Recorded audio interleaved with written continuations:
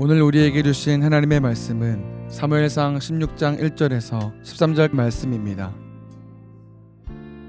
여호와께서 사무엘에게 이르시되 내가 이미 사울을 버려 이스라엘 왕이 되지 못하게 하였거늘 내가 그를 위하여 언제까지 슬퍼하겠느냐.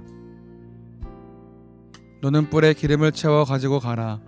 내가 너를 베들레헴 사람 이새에게로 보내리니 이는 내가 그의 아들 중에서 한 왕을 보았느니라 하시는지라. 사무엘이 이르되 내가 어찌 갈 수 있으리이까. 사울이 들으면 나를 죽이리이다 하니 여호와께서 이르시되 너는 암송아지를 끌고 가서 말하기를 내가 여호와께 제사를 드리러 왔다 하고 이새를 제사에 청하라. 내가 내게 행할 일을 가르치리니 내가 내게 알게 하는 자에게 나를 위하여 기름을 부을지니라. 사무엘이 여호와의 말씀대로 행하여 베들레헴에 이르매 성읍 장로들이 떨며 그를 영접하여 이르되 평강을 위하여 오시나이까.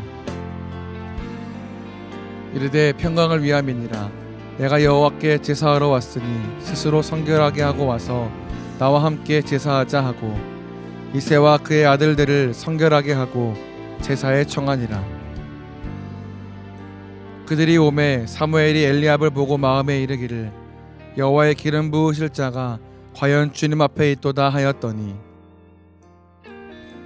여호와께서 사무엘에게 이르시되 그의 용모와 키를 보지 말라. 내가 이미 그를 버렸노라. 내가 보는 것은 사람과 같지 아니하니 사람은 외모를 보거니와 나 여호와는 중심을 보느니라 하시더라.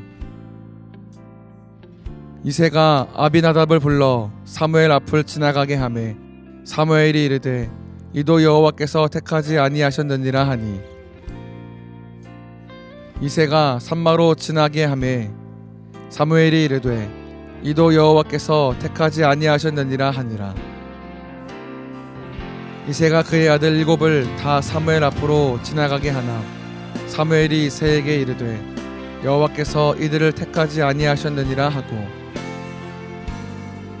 또 사무엘이 이새에게 이르되 내 아들들이 다 여기 있느냐. 이새가 이르되 아직 막내가 남았는데 그는 양을 지키나이다. 사무엘이 이새에게 이르되 사람을 보내어 그를 데려오라. 그가 여기 오기까지는 우리가 식사 자리에 앉지 아니하겠노라. 이에 사람을 보내어 그를 데려오매 그의 빛이 붉고 눈이 빼어나고 얼굴이 아름답더라. 여호와께서 이르시되 이가 그니 일어나 기름을 부으라 하시는지라. 사무엘이 기름 뿔병을 가져다가 그의 형제 중에서 그에게 부었더니 이날 이후로 다윗이 여호와의 영에게 크게 감동되니라. 사무엘이 떠나서 라마로 가니라. 오늘 이 말씀에 많은 은혜 받으시기 바랍니다.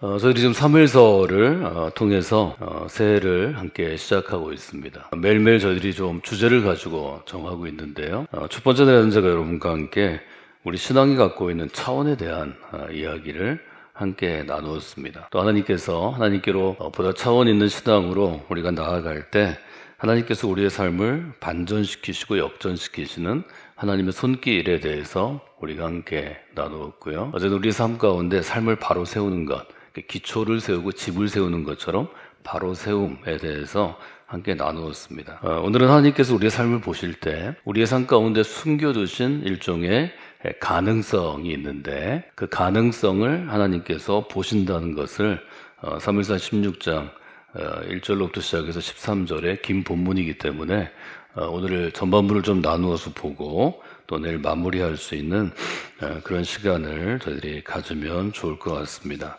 성경은 매우 흥미롭고 또 재미있는 책입니다.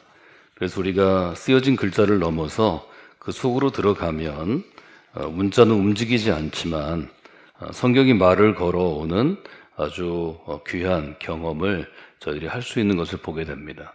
사무엘상 16장을 보시면서 이제 사무엘이 하나님께서 주신 그의 삶을 가장 중요한 일을 또 가장 그의 이제 말년에 하게 되는 것을 보게 되는데요.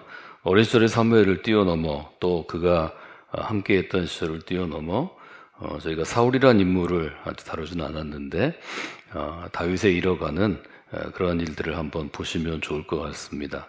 사무엘상 16장은 특별히 하나님의 마음과 사무엘의 마음을 그리면서 우리에게 몇 가지 이야기를 해줍니다. 이 사무엘이 있던 여러 가지 이야기들 중에서 우리가 지금 중간에 뛰어넘은 부분에 사울이라는 인물을 사무엘이 왕으로 세우고 백성들은 왕을 요구하고 그래서 사울이라는 인물이 실패하는 것이 이 앞에 있어서 한 4장 정도 계속됩니다. 사무엘은 이제 백성들이 다가와서 사무엘이 다스리던 시대 또 사무엘이 사사로 일하던 시대를 끝내고 왕을 요구할 때 매우 힘들고 섭섭했지만 사울을 백성들의 요구대로 세운 다음에 이제 뒤로 물러선 것을 우리가 볼 수 있습니다. 새로운 리더가 또 왕이라는 새로운 지위를 가지고 이스라엘을 다스리는 시대가 이제 시작됐는데 실제로 이 사울은 실패한 왕이라는 것을 우리가 보게 됩니다. 사울이 실패한 왕이 되고 몇 가지 실수를 저지르면서 사무엘은 더 상심하고 마음 가운데 슬프고 또 힘든 노년의 시절을 보내게 됩니다. 근데 그때 하나님께서 사무엘에게 말을 걸어오십니다. 16장 1절에 보면 하나님께서 사무엘에게 이렇게 말씀하시죠. 사무엘아, 내가 언제까지 슬퍼하겠느냐? 사무엘에게 말씀을 걸어오시는 이제 하나님의 일종의 행동, 하나님의 취하시는 행동을 우리가 보게 됩니다. 여기서 슬퍼하다라는 히브리어 자체는 죽은 사람에 대한 애도하는 마음, 죽은 사람에 대해서 갖는 마음을 표현하는 것이고 아주 깊은 슬픔을 드러낼 때 사용되는 언어입니다. 그래서 사무엘에게 지금 마치 이스라엘 백성들이 지금 겪고 있는 아픔이나 혹은 사울이라는 인물을 선택한 다음에 왕의 어떤 실수로 인해서 있게 되는 것이 마치 이스라엘이 죽은 것처럼 혹은 하나님이 죽은 것처럼 생각하는 그런 절망 가운데 있는 사무엘을 이제 붙잡으시고 이야기하시는 것을 보게 됩니다. 하나님께서는 이미 사울을 버리시기로 이제 결심하셨다. 성경은 그렇게 표현하고 사무엘은 아직도 처음 선택한 왕이 실패한 것에 대한 그 충격이나 어려움에서 이제 이겨나지 못하는 것을 우리가 보게 됩니다. 사무엘을 통해서 우리가 특별히 볼 수 있는 아주 귀한 일들은 아주 어린 시절부터 하나님께서 사무엘의 삶 가운데 계속해서 찾아오신다는 거죠. 찾아오셔서 사무엘의 이름을 부르기도 하시고 또 말을 걸어오기도 하시고 사무엘의 사역 가운데 사무엘의 말 또 하나님의 말씀이 지니고 있는 굉장히 중요한 일들이 사무엘 가운데 있다는 것을 여러분들이 좀 생각하시면 좋을 것 같습니다. 그래서 사무엘에게 말을 걸어오시는 하나님, 이 하나님을 여러분들이 한번 보시면서 오늘 사무엘서 16장에 있는 이 본문들을 읽고 또 생각하고 그런 시간들을 가지시면 좋을 것 같습니다. 우리의 삶에도 우리가 지금 이번 한 주간을 따로 떼어서 이 새벽에 하나님께 나아가는 것처럼 이런 우리 모두가 예를 들면 교회 안에서 우리 믿는 성도들이 집중해서 하나님께 나아갈 때 하나님께서 여러분에게 일종의 말씀하시는 또 하나님께서 여러분의 마음 가운데 무엇인가 생각하게 하시는 것들이 되게 있습니다. 그것들 여러분들 잘 붙잡는 오늘 하루가 됐으면 좋겠습니다.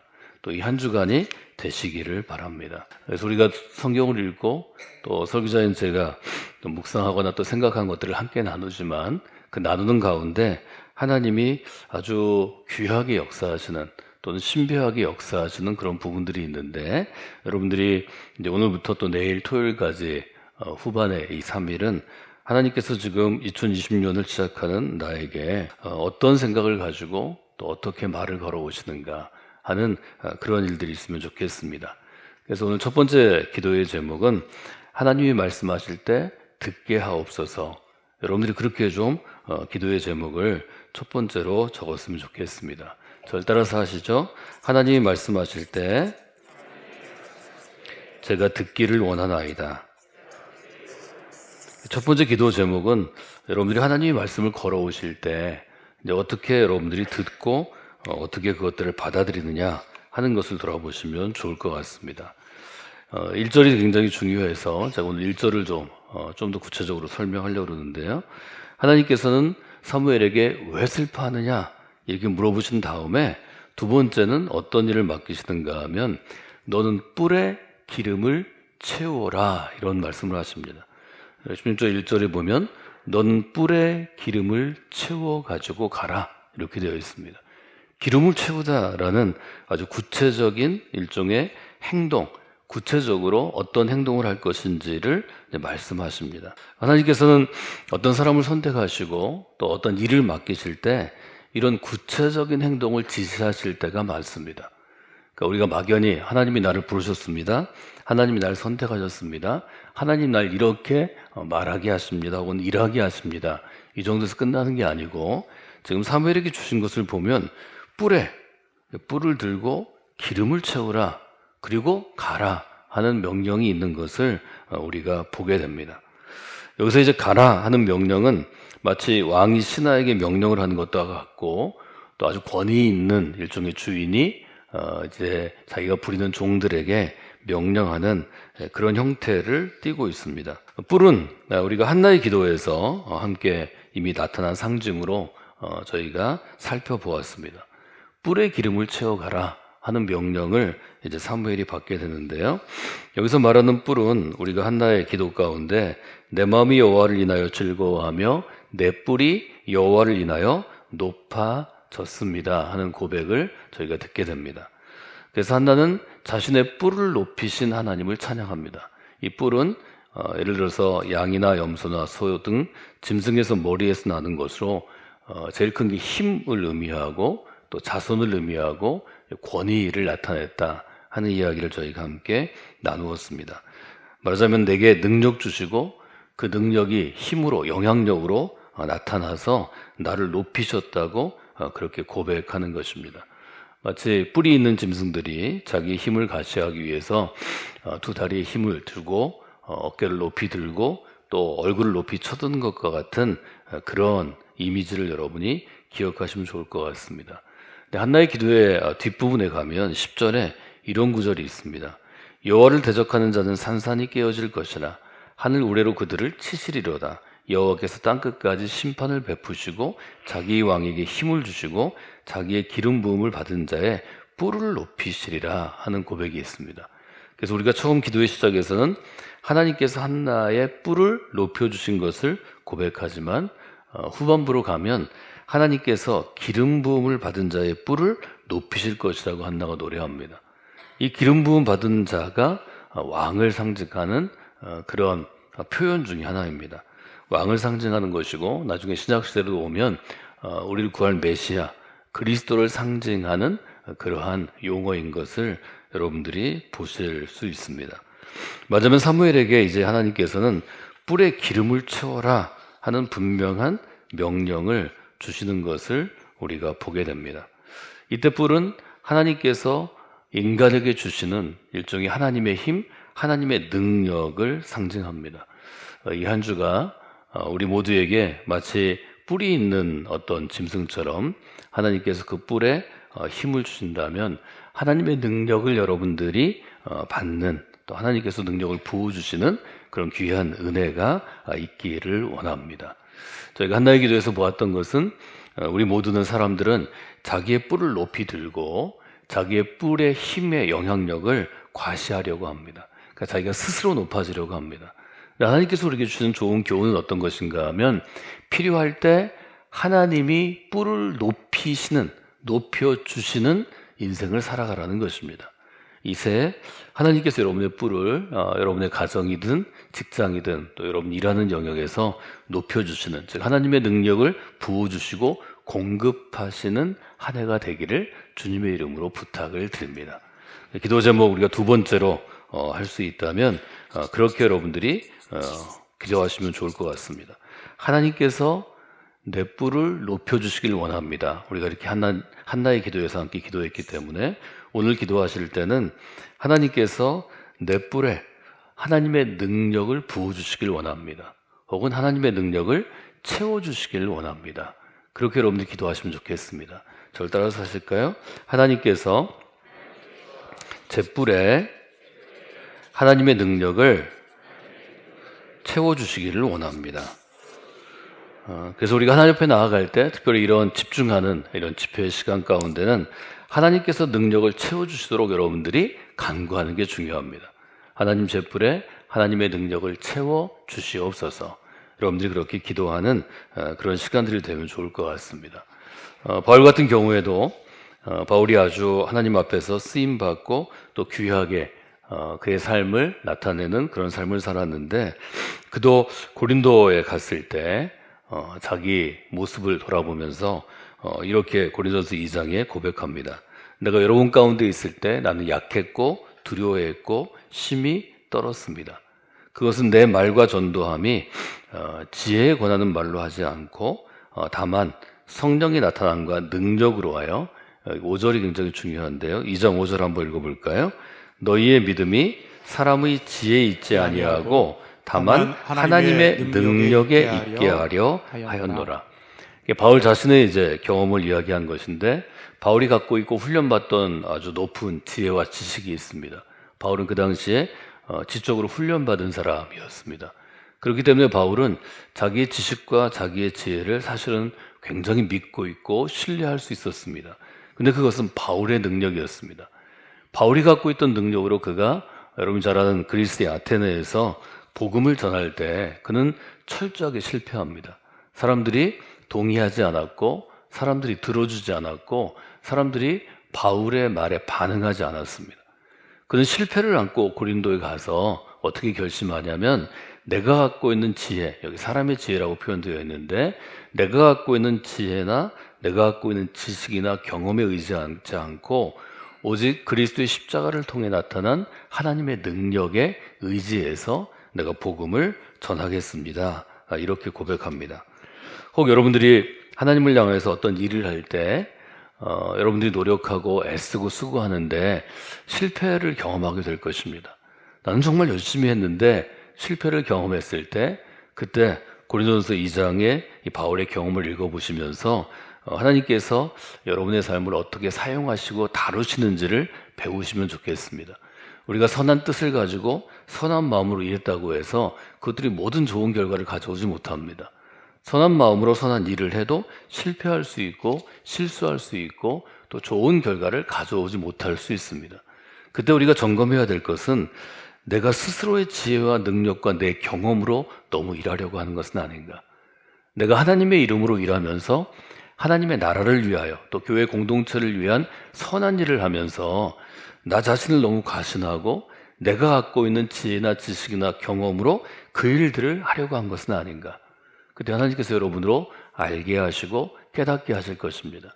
하나님의 일을 할 때 제일 중요한 것은 나의 지혜, 나의 경험, 또 내가 갖고 있는 어떤 이론이 아닙니다. 하나님은 하나님의 능력이 우리 믿음의 근거가 되기를 원하십니다. 이 점을 여러분이 마음 가운데 두시면 좋겠습니다. 그래서 이 한 주 동안 여러분이 기도하시면서 하나님께서 제 그릇 가운데, 한나의 표현으로 하면 제 뿔에 하나님의 능력을 가득 채워주시기를 원합니다. 제가 그 능력으로 일하는 사람이 되겠습니다. 제가 그 능력으로 살아가는 사람이 되겠습니다. 여러분이 그렇게 고백할 때 그것이 바른 신앙의 자세이고 또 바른 결과와 열매들을 맺게 됩니다.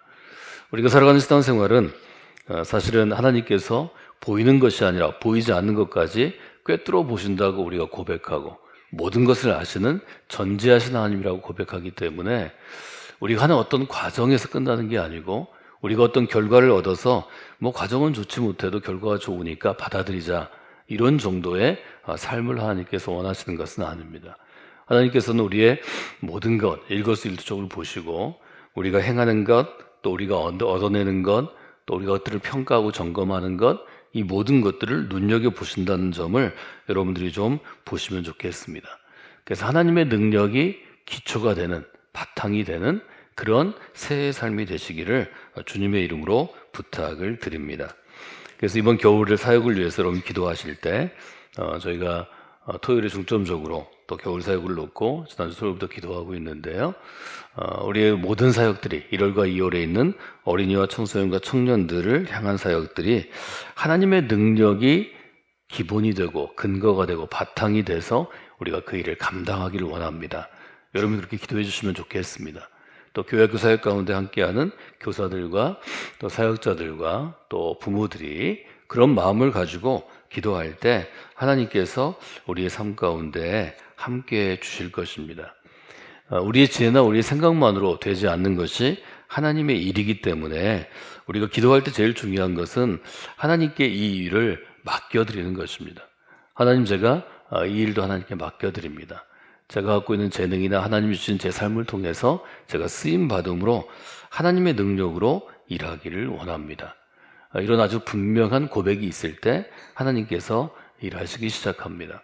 사무엘을 통해서 우리가 그 일을 볼 수 있고, 사무엘과 이 이전의 리더십 엘리와 우리가 비교해 본다면 엘리야 사무엘의 가장 큰 차이가 바로 이 점에 있고, 그것을 한나의 기도가 잘 보여주고 있다 하는 점을 여러분들이 한번 생각해 보시면 좋을 것 같습니다.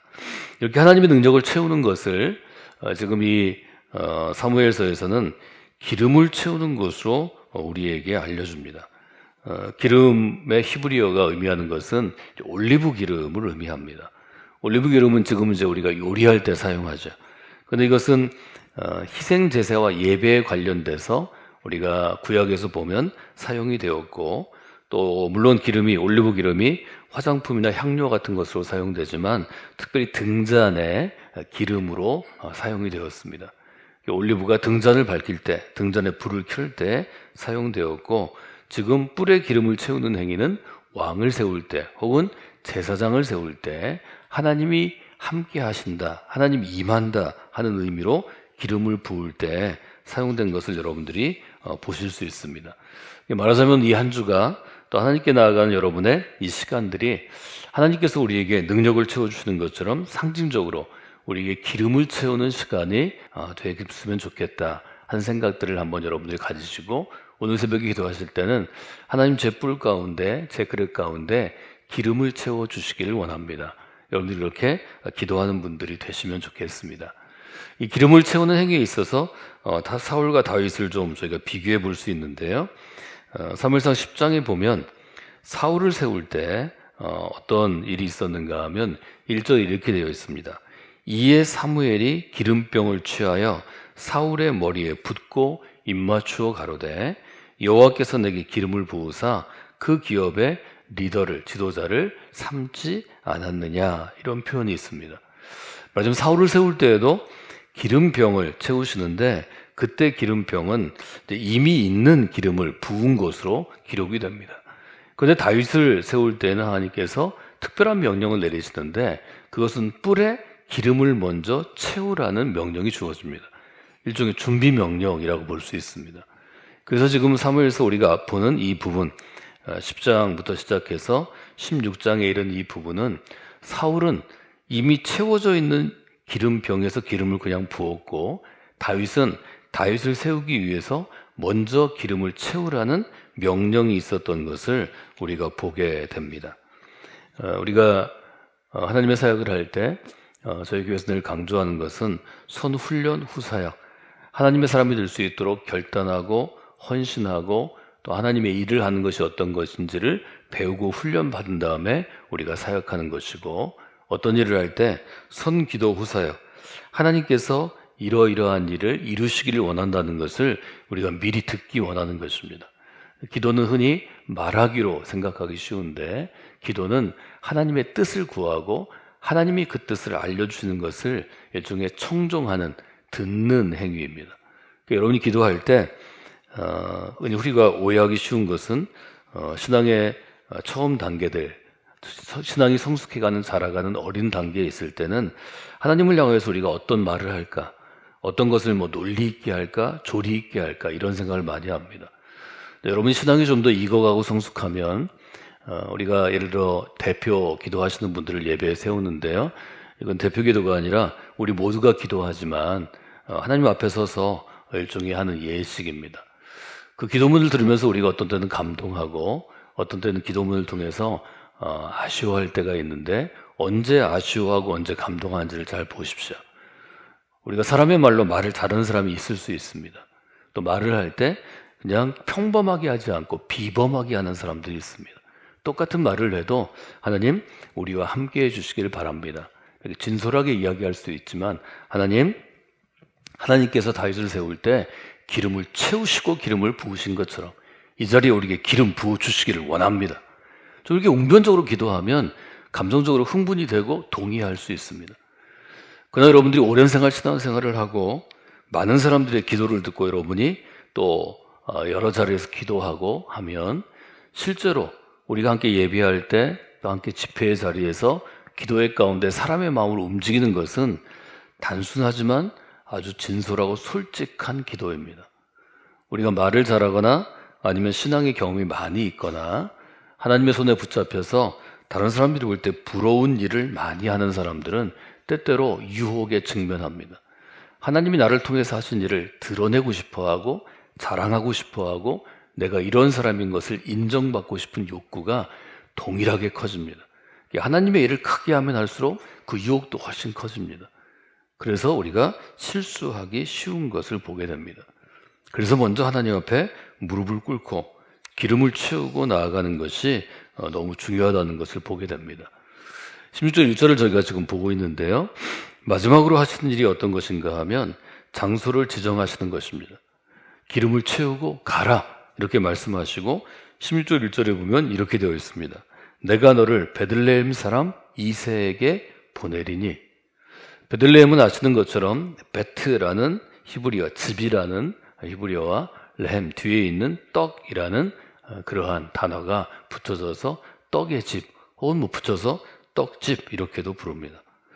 이 베들레헴이 여러분이 아시는 것처럼 이새가 있던 곳이고 이새에 보아스와 룻이 있던 곳이고 그의 손자들이 있던 곳입니다. 그래서 이 베들레헴은 우리에게는 너무 중요한 일종의 지명입니다. 베들레헴으로 가라는 이것은 앞으로 우리가 신약의 관점에서 보면 예수 그리스도께서 태어나실 땅을 예비하는 그런 의미이기 때문에 사실은 굉장한 차이가 있습니다.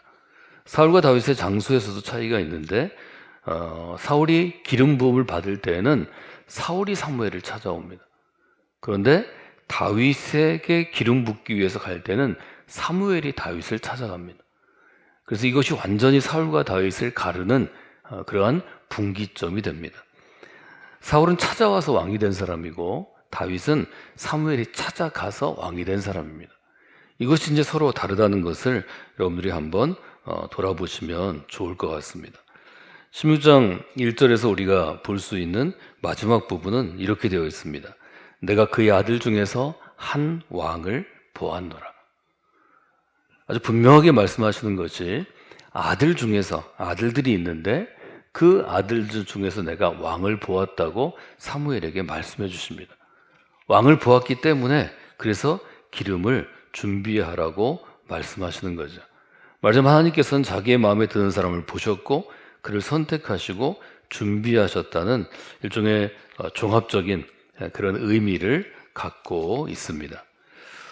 오늘 저는 이제 우리 본부에서 감리교회에서는 앞으로 이제 목회자가 될 사람들을 뽑는 저희들이 시험을 보는데요. 수련 목회자 선발 고시가 있습니다. 어제 이제 문제를 출제하고 서울에 있는 감리교 신학대학에서 이제 오늘 9시에 모여서 감독관들이 회의를 하고 9시 반에 기도회 한 다음에 10시부터 299명, 그러니까 300명쯤이 신청을 했는데요. 이분들이 시험을 보고 내일 이제 합격자를 어떻게 몇 명 정도 또 커트라인은 어디에서 할지를 결정하고 합격자를 발표합니다. 300명이나 되는 젊은이들이 주로 젊은 사람들이 신학대학원을 졸업하고 이제 감리교 목사로 안수받을 수 있는 과정에 들어와서 여기서 선발이 되고 수련 목회자로 3년을 이제 훈련을 받아야 3년 후에 과정을 다 필하면 감리교 목사님으로 이제 안수를 받게 됩니다. 한 해 전에 1년 전에는 1월 9일에 모은대학교에서 이제 수련 목회자 선발 고시가 있고 합격자를 저희 교회에서 회의를 하고 결정을 했는데요. 저는 수련 목회자로 들어오는 그런 젊은이들에게 이제 목회자로 출발선에 서 있기 때문에 출발선에 서 있는 분들에게 우리가 새벽기도회 할 때 함께 나누었던 미켈란젤로의 이야기를 해주었습니다. 미켈란젤로는 뭐 여러분 잘 아시는 대로 아주 이태리를 대표하는 조각가이고 또 예술가입니다. 우리가 잘 알고 있는 피에타상이 성 베드로 성당에 있는데요. 피에타상을 보면서 우리가 정말 많은 영감을, 예술적인 영감을 얻을 수 있습니다. 미켈란젤로는 원래 피렌체에서 이제 훈련을 받던, 태어나고 자라나고 훈련받던 사람입니다. 근데 그가 로마에 가서 피에타를 비롯해서 그의 작품들을 통해서 주목을 받고, 말하자면 유명한 사람이 된 다음에 피렌체로 돌아왔을 때 1501년에 피렌체의 성상의 대주교가 미켈란젤로를 불러가지고 한 작업을 의뢰합니다. 그 작업은 피렌체 대성당 앞에 있던 한 40년 정도 방치되었던 큰 대리석, 굉장히 커서 되게 5톤 좀 넘는 그러한 대리석을 이제 작업을 의뢰한 것입니다.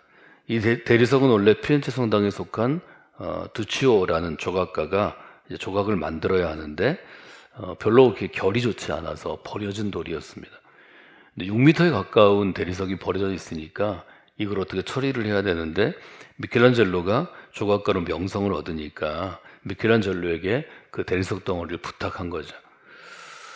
이것을 놓고 미켈란젤로가 아주 오랜 시간 고민합니다.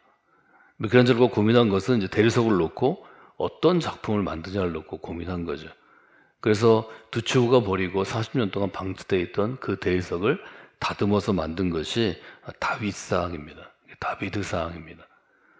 아시는 것처럼 피에타뿐만 아니라 이 다비드상도 미켈란젤로가 얼마나 탁월한 조각가인가를 보여줍니다. 남들은 대리석에서 아무것도 볼 수 없었지만 미켈란젤로는 다윗의 모습을 그리고 소년 다윗의 모습을 그 안에서 만들어내신다는 거죠. 우리 인생도 똑같습니다.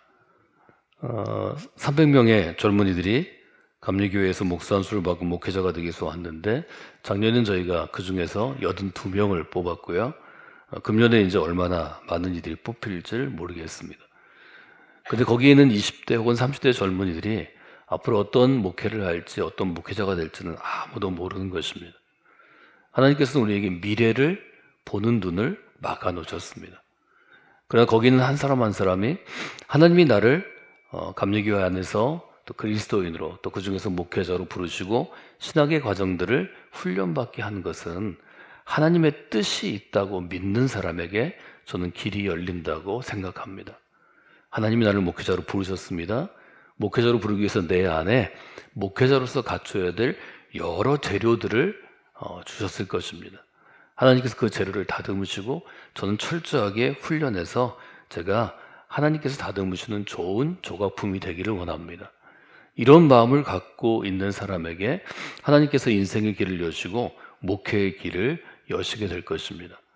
여러분 모두는 그리스도의 사람으로 부름을 받으신 분들입니다.